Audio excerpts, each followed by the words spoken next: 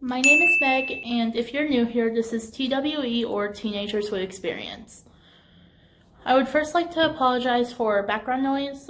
We are in a hotel. We were not planning on it, but we were displaced by the Colorado wildfires. Today, I'll be talking about safe chest binding. Before we get into what it is and how to do it, I'm going to go over a few terms that you will hear me using throughout this video. The first one is A.F.A.B, or assigned female at birth. The term is commonly used among the transgender and gender nonconforming community. The second one is gender nonconforming. This is a spectrum that can span anywhere from being non-binary to being a tomboy to just simply wanting to cosplay a male character. The last term you'll hear me using is F.T.M. This stands for female to male and is used in the sense of people who are transgender and transition to males from their biological sex. Also, something that you should understand is top dysphoria is. Top dysphoria for an A.F.A.B person is when their chest is larger and more feminine than what they want it to be, causing extreme discomfort and a sense of never being good enough.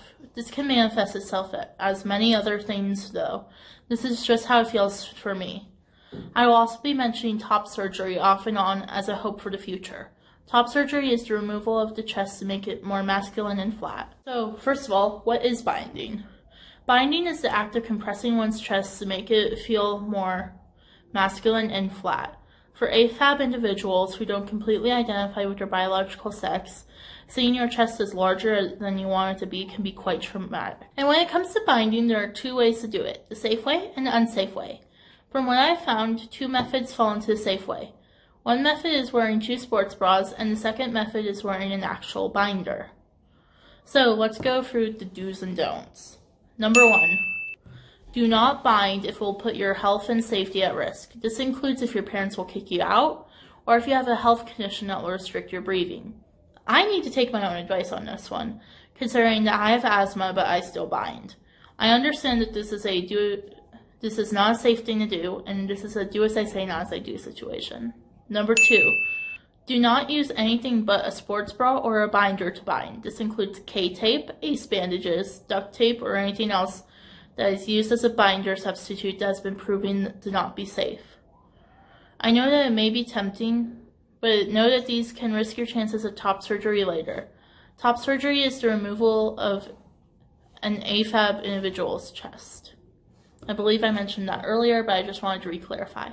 ACE bandages have been known to crack ribs and nearly collapse lungs because the more you move, the more they restrict. Trust me, a hospital trip is not worth being flat for a few hours.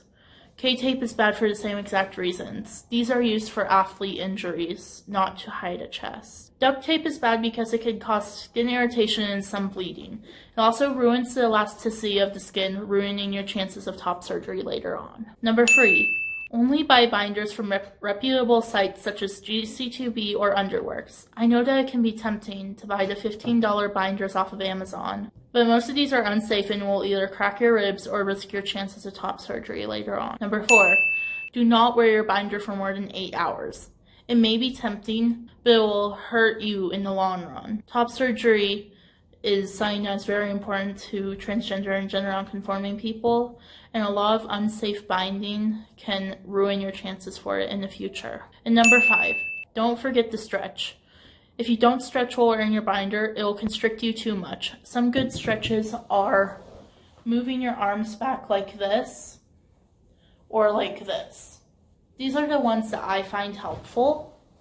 But for other people, they can find them more restricting. You just have to find what works for you. So, even though there are some things that you really shouldn't do, just know that you are binding for you and not for anybody else.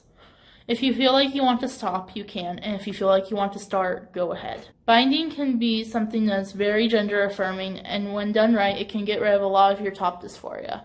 Overall, just remember that if something does not feel right, take it off. You know your body best. Thank you guys so much for watching. Don't forget to like and subscribe if you want to see more videos like this, and click the bell notification icon to be notified when we post new videos. Bye!